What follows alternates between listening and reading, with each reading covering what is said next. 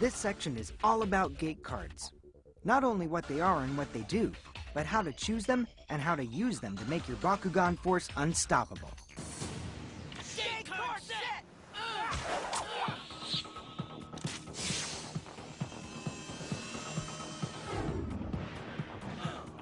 Here is your average, or not so average, gate card. It has 5 basic areas. First is the artwork. Sometimes it gives you a hint as to which attribute will benefit most from that gate card.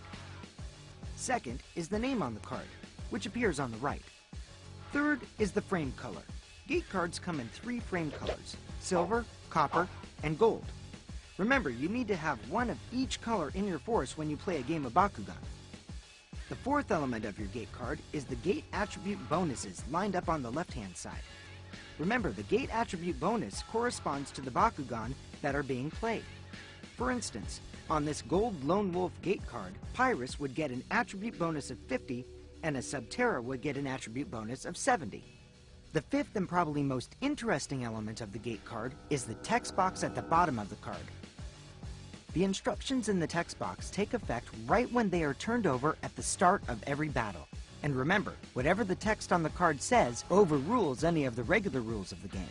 Let's go through the different framed colored cards to see which ones are best for you and some clever ways you can play them to help you become a Bakugan master. Let's start with the silver framed gate cards. They are probably the easiest to play because most of them don't even have text. So when you're choosing a gate card, select those that give you the highest attribute bonus for that Bakugan you have. For instance, the Flare's gate card has a really nice gate attribute bonus of 180 for Pyrus Bakugan. It's also important to look at the attribute bonus for other Bakugan on the playing field to make sure that your opponent doesn't get a large attribute bonus from your gate card. Let's move on to the copper-framed gate cards, which are very good at helping Bakugan climb from behind in battle. This gate card is called Tricky Gate, and when you read the text box at the bottom, it says that the Bakugan with the lowest G power wins the battle. You can see how this might help a guy out. Now, check this one out, the G power exchange. Just like the name, the text on the bottom says the Bakugan have their printed G power swap. That certainly changes things, doesn't it? You want to use copper-framed gate cards like these when you're playing with a very low G-powered Bakugan. When you're in a situation where the gate card offers a win to the lowest G-power, or a G-power swap, you want to make sure that the attribute bonuses are low. If you're using a high G-powered Bakugan, it'll be trickier to find a good copper-framed gate card. You may just want to look for a card with a good attribute bonus. Last but not least are the gold-framed gate cards. You'll notice that these cards almost always benefit a certain Bakugan. If you have gold-framed gate cards that work with a particular type of Bakugan, you want to play them when you have that Bakugan available to roll.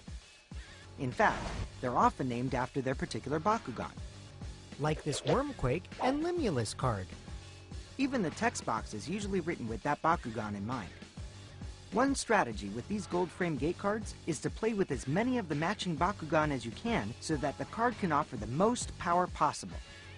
Taking that one step further, if you choose one of the gold gate cards that calls out a specific Bakugan, like Limulus here, why not use more than one Limulus Bakugan in your force? This way you're much more likely to fight over that gate card with a Limulus. Nothing worse than fighting over a gate card with a wrong Bakugan. Another way to approach it is to just select your card based on the highest attribute bonus on the card. For instance, this Limulus card offers a pretty high bonus to Darkus. Gate cards go onto the field when the field is empty. But a true Bakugan master doesn't just randomly select gate cards. He chooses his gate cards thoughtfully, because he knows that playing the right gate card at the right time can make all the difference.